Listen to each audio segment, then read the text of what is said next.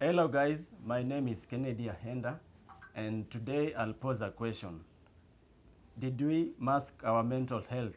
That's the question. You see, when COVID happened in 2020, the month of March 13th, a lot happened, and you realize that the mental health status changed and brought the new world order today. Today you see there's a lot of depression, there's a lot of pressures, stress, and things happened when COVID happened. You will find out today the youth are more depressed than the elderly. Why is it happening that you find the youth are more depressed than the elderly?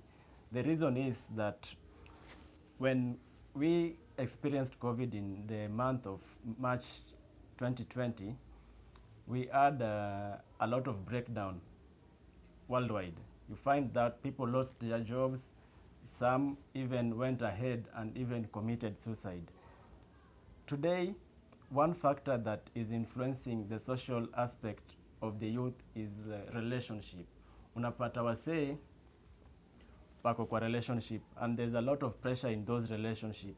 Maybe then you find your girlfriend that you are dating ana expect ukuwe na do kama sponsor wake, anataka uomoke mapema sana. So you find that the economic scale that we have right now cannot allow that to happen when you have not put in measures to achieve what you want. So like I'll really advise the youths and people that want to achieve something that sana you focus with your mental health, because when you are depressed there's nothing that you can do in this life. When you're stressed out, there's nothing that you can achieve also. You cannot concentrate, you cannot focus in anything.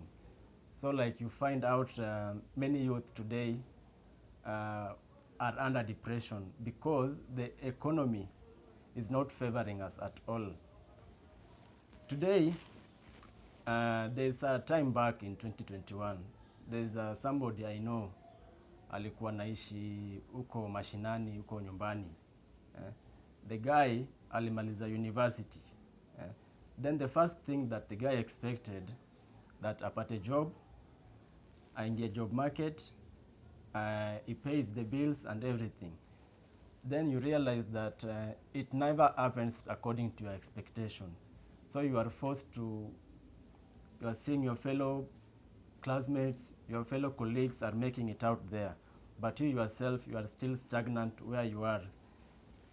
That should not give you a reason to fall under depression and everything. One thing that I've come to note that when you don't focus with your mental health, it's much worse than COVID itself.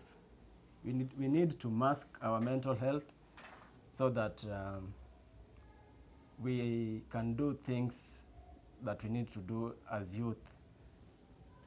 Because one thing that COVID did, it broke marriages, it broke relationships.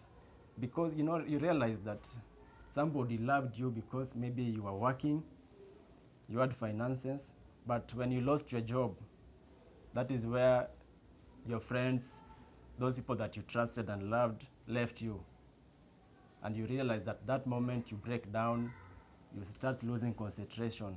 Then the thoughts of maybe ending your life comes into your mind. There is a guy alitoka university, then the guy committed suicide because he couldn't make it in life, he gave up. So when you are struggling, when you are trying out there, just make sure that you don't lose the hope that is there. One thing in life is that when you lose hope itself, you lose life. Life has no meaning when there's no hope. We know all that saizi, when you read the news, there's a lot of SGBV cases and GBV cases. When I say SGBV, I mean sexual gender-based violence cases. There are a lot there in many places. You'll find defilement cases, rape cases are there, many cases of sexual assaults. Even most recently, I heard a news from one of the news outlets that a man killed someone because of 20 shillings. You wonder, like, inafanyikaje, yani why does it happen that way? Many cases are reported. People are losing it outside there. All this is attributed because you have not masked your mental health. So I just advise you, mental health is a very serious issue, and it doesn't mean that you have to be depressed to show that you have mental health problem. When you have mental health, it normally starts with overthinking, then the failed expectations that you wanted. Yeah,